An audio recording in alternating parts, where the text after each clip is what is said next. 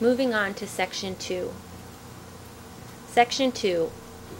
MCDHH's recommendations to hospitals for establishing effective communication practices.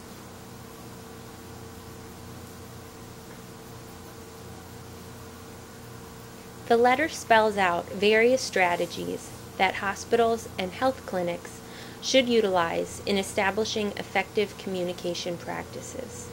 These strategies and recommendations include, first, notification. That is, hospital administration should notify their staff of practices and procedures to follow in the event a deaf or hard of hearing person needs communication access. Secondly, there should be coordination of the provision of interpreter and cart services. And finally, hospitals and healthcare clinics must make FM systems available for patient use. In terms of notification, it is important that deaf, hard of hearing, and late deafened individuals are aware of hospitals' efforts to provide communication access. This is why we recommend that facilities post conspicuous signage in their intake and registration areas that sign language interpreters are available upon request.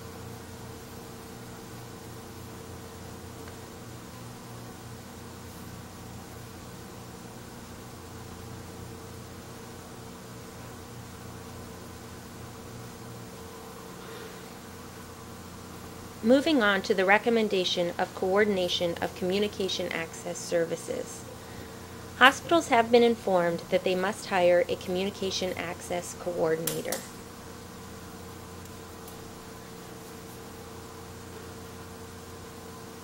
This person would be responsible for ensuring patients receive appropriate accommodations, including sign language interpretation and cart services, for patients entering the hospital for either emergency services or routine appointments and examinations.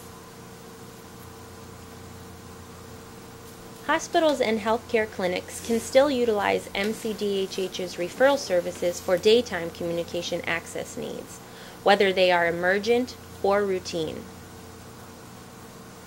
However, during the evening hours of 5 p.m. to 8:45 a.m., hospitals are responsible for finding their own interpreters and cart providers. Another viable option is for health facilities to create their own registry of interpreters who are willing to be called during evenings, weekends, and holiday hours should their services be needed. These professionals could be on call or on standby, depending on their agreement with the facility. The MCDHH 24 Hours 800 number is still available should an emergency of a legal nature occur, such as a rape or a police interrogation.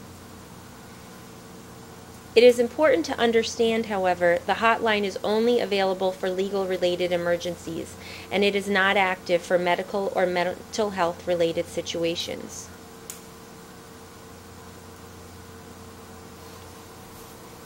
For the two latter circumstances, hospitals are obligated to find their own interpreters and cart providers, either by contacting these professionals on a case-by-case, as-needed basis, or by establishing a pool of interpreters on call or standby if and when the need for their services arise during evening, weekend, and holiday hours.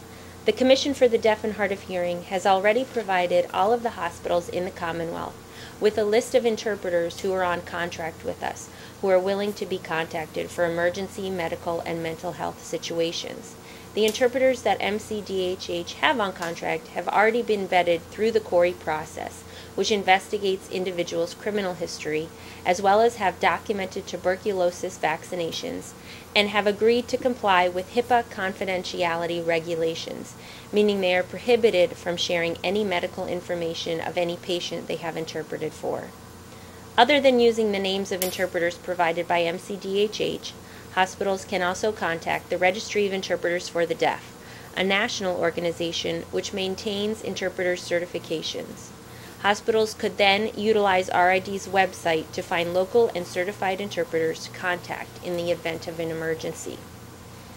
We at the Commission for the Deaf and Hard of Hearing believe it is imperative that hospitals have staff that is trained in obtaining the services of sign language interpreters and CART providers. Staff should also be made aware of the importance of contacting MCDHH should an interpreter be needed for a legally sensitive situation. If an emergency situation arises where an interpreter is needed but not available immediately, hospitals can inform their patients of the availability of video remote interpretation, also known as VRI, where an interpreter is provided through video access from a remote location. However, hospitals must first obtain the patient's consent before using VRI.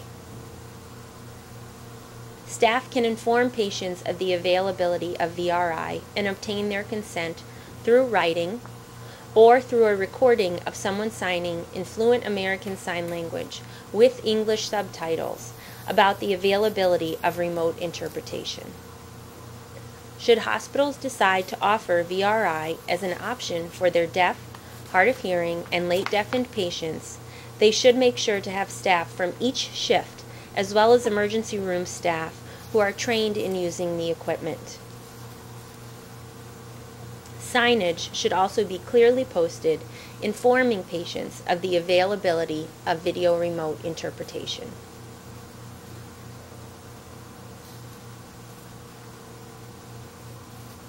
Moving on to FM systems, which are also known as ALDs, Assisted Listening Devices.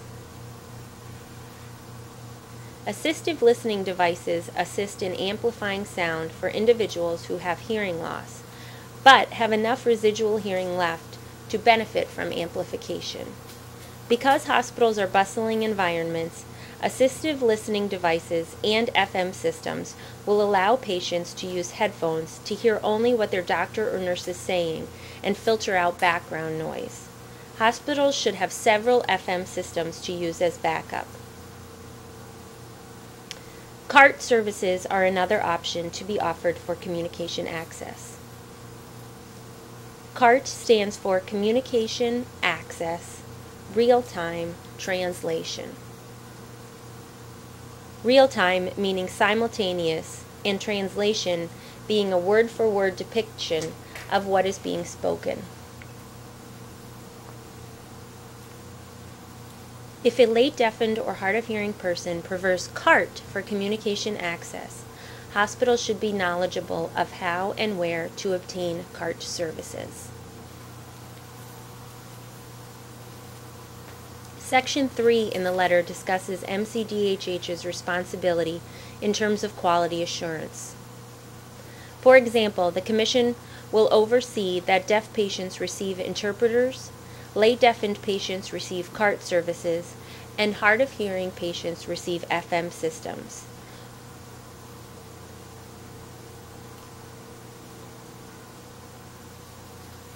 We will also keep track of which hospitals utilize video remote interpreters. Should the Commission receive several complaints regarding a specific health clinic or hospital, we will look into matters further to determine if any patterns of said facility not meeting their obligations to communication access are occurring. Furthermore, we will continue contact with those individuals who filed the complaint to inform them of our plan of action to remedy the situation. We may also contact the facility to offer training opportunities for their staff so they are better able to handle situations requiring accommodations.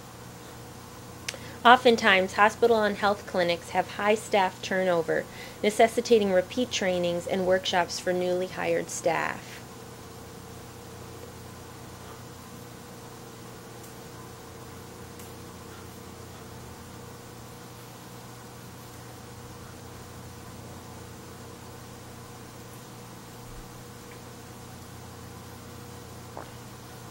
The Communication Access Technology and Training Department, the CATS department, would be the MCDHH department responsible for providing the training should hospitals request them.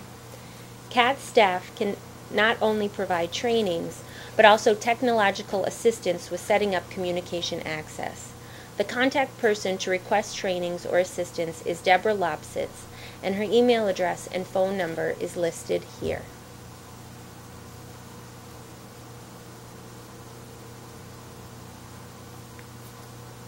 As consumers of communication access services, you can also inform us of any hospitals and health clinics you feel would benefit from said trainings.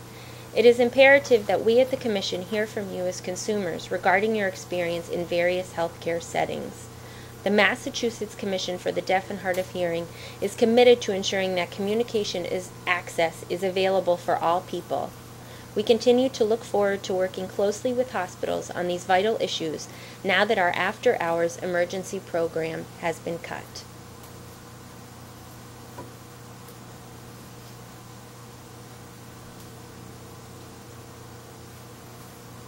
Thank you.